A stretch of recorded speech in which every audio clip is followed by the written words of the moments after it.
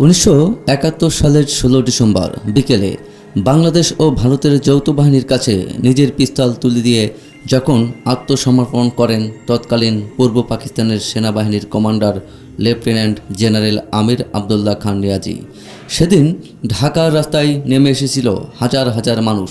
একের পর এক আনন্দ মিছিলে মুখরিত হয়ে উঠেছিল অলিগলি রাজপথ। কিন্তু 24 ঘন্টা না পেরোতেই আরেকটি ঘটনা সামনে আসে, যা জাতির বিজয়ের আনন্দকে রীতিমতো বিষাদে পরিণত করে দিয়েছিল। বিজয়ের পরের দিন জানা যায় যে আত্মসমর্পণের আগে পাকিস্তানি সেনারা পরিকল্পিতভাবে শিক্ষক, সাহিত্যিক, সাংবাদিক, চিকিৎসক সহ শত শত বাঙালি বুদ্ধিজীবীকে ধরে নিয়ে হত্যা করেছে। সদ্য স্বাধীন বাংলাদেশের সংবাদপত্রগুলোতে বের হতে থাকে একের পর এক নিহত বুদ্ধিজীবীর মরদেহ শনাক্তের খবর। ঘটনাটিকে ইতিহাসের নৃশংসতম হত্যাকাণ্ড বলে বর্ণনা করেছিল দৈনিক ইত্তেফাক। অন্যদিকে রক্তস্লাদ বাংলাদেশ কাঁদো শিরোনামের খবর চেপে দৈনিক পূর্ববেশ লিখেছিল, স্রোত, সিনি, পদ্মা, মেঘনা, যমুনার পানি আমাদের প্রিয়জনদের রক্তে লাল হয়ে গেছে। একদিকে স্বাধীনতার আনন্দ, অন্যদিকে লাখো মানুষের আত্মহতি। বাংলাদেশের জাতীয় জ্ঞানকোষ বাংলা প্রিয়ার তথ্য অনুসারে মুক্তিযুদ্ধের সময় সব মিলিয়ে সারা দেশে 1100 জনের বেশি বুদ্ধিজীবীকে হত্যা করা হয়েছিল। এর মধ্যে সবচেয়ে বেশি প্রায় 150 জনই হত্যার শিকার হয়েছিল ঢাকায়, যাদের বেশিরভাগই মরদেহ পাওয়া গিয়েছিল রায়ের বাজার বধ্যভূমিতে। কিন্তু তখন কিভাবে ওই বধ্যভূমির খবর সামনে এসেছিল, প্রথম দিকে কাদের মৃতদেহ উদ্ধার হয়েছিল, সেগুলোর অবস্থা কেমন ছিল? যুদ্ধ জিতে বাংলার মানুষ যখন বিজয় উল্লাস করছিল, তখন ঢাকার রায়ের বাজারে জনশূন্য একটি নিচু এলাকায় শতাধিক মানুষের মরদেহ পড়ে থাকতে দেখেন আশেপাশের বাসিন্দারা। তবে ছড়িয়ে ছিটিয়ে থাকা ওই সব মরদেহের মধ্যে যে বুদ্ধিজীবীদের মৃতদেহ রয়েছে, সেটি অবশ্য প্রথম দিকে কেউ ধারণা করতে পারেননি বলে সে সময় প্রকাশিত খবর থেকে জানা যাচ্ছে। শুক্রবার 17 ডিসেম্বর অপরা ঢাকার কতিপয় সাংবাদিক কোনো এক সূত্রে আভাস পাইয়া এই বধ্যভূমিতে গিয়ে ইতিহাসের নিষ্ঠুরতম হত্যাযজ্ঞের আলামত দেখিতে পান। 19 ডিসেম্বর প্রকাশিত দৈনিক ইত্তেফাকের প্রতিবেদনে উল্লেখ করা হয়েছে, খবর পেয়ে 17 ডিসেম্বর বিকেলে স্থানীয় গণমাধ্যমের বেশ কয়েকজন সাংবাদিক ঘটনাস্থলে যান। সেই সঙ্গে বাড়তে থাকে উৎসুক মানুষের ভিড়ও। প্রাথমিকভাবে তারাই কয়েকজন বুদ্ধিজীবীর মরদেহ খুঁজে পান বলে তখনকার সংবাদপত্রের খবর থেকে জানা যায়। এরপর নিহত বুদ্ধিজীবীদের পরিবারের সদস্যদের খবর দেয়া হলো। তারা ঘটনাস্থলে যান এবং স্বজনদের মরদেহ শনাক্ত করেন। এদিকে নিখোঁজ বুদ্ধিজীবীদের মরদেহ পাওয়ার খবর জানাজানি হওয়ার পর 17 ডিসেম্বর ভোরে থেকে বিদেশি গণমাধ্যমের কর্মীরাও রায়ের বাজারে উপস্থিত হতে শুরু করেন।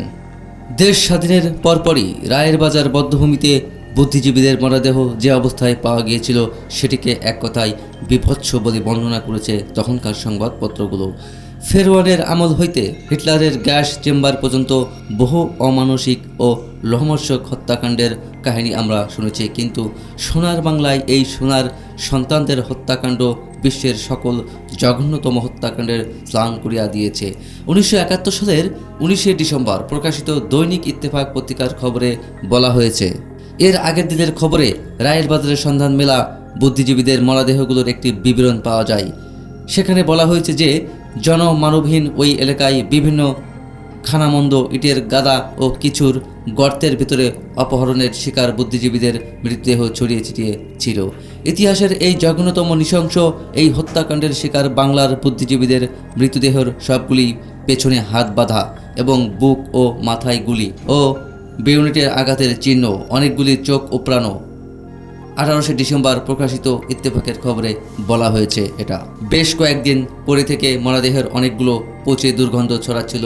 বেশ কয়েকটি শরীরের হাড় ও কঙ্কাল পর্যন্ত বের হয়ে গিয়েছিল। অনেকগুলি মৃতদেহ শকুন, শৃগাল, কাক ও কুকুরের আহার্যে পরিণত হয়েছে। অনেকগুলির শুধু কঙ্কাল ছড়াইয়া পড়িয়া রয়েছে। সমগ্র এলাকা গন্ধে বিষাক্ত। খবরটিকে উল্লেখ করা হয়েছে, আত্মসমর্পণের আগে পাকিস্তানি বাহিনী পরিকল্পিতভাবে বাংলাদেশের কয়েকশো বুদ্ধিজীবীকে হত্যা করেছে বলে মুজিবনগর সরকারের বরাত দিয়ে পরের দিন খবর প্রকাশ করে জাতীয় দৈনিকগুলো। সেখানে বলা হয়েছে যে বুদ্ধিজীবী হত্যার পেছনে মূল ভূমিকা পালন করেছিল তৎকালীন পূর্ব পাকিস্তানের গভর্নরের সামরিক উপদেষ্টা মেজর জেনারেল রাও ফরমান আলী খান, আর এই কাজে তাকে সাহায্য করেছিল জামাতে ইসলামের আল-বদর বাহিনী। বাংলাদেশ সরকারের পক্ষ থেকে আরও জানানো হয়েছিল যে বুদ্ধিজীবীদের পাশাপাশি বাংলাদেশের উচ্চপদস্থ সরকারি কর্মকর্তাদের হত্যার পরিকল্পনা করেছিলেন মেজর জেনারেল রাও ফরমান আলী খান। এ লক্ষ্যে তাদেরকে সেনানিবাসে ডাকা হয়েছিল, কিন্তু কর্মকর্তারা বুদ্ধি করে সেখানে না যাওয়ায় প্রাণে বেঁচে যান বলেও সরকারের বক্তব্যে উল্লেখ করা হয়।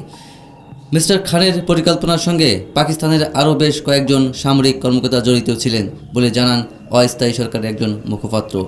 খুব শিগগিরই জড়িত অন্যদের নামও প্রকাশ করা হবে বলে তখন জানানো হয়েছিল। ঢাকার তৎকালীন গভর্নমেন্ট হাউস থেকে মিস্টার খানের একটি নোটবুক উদ্ধারের খবর সে সময় প্রকাশ হয়েছিল। সেই নোটবুক থেকে বুদ্ধিজীবী হত্যার বিষয়ে গুরুত্বপূর্ণ তথ্য পাওয়া গেছে বলেও তখনকার পত্রপত্রিকার খবরে উল্লেখ করা হয়।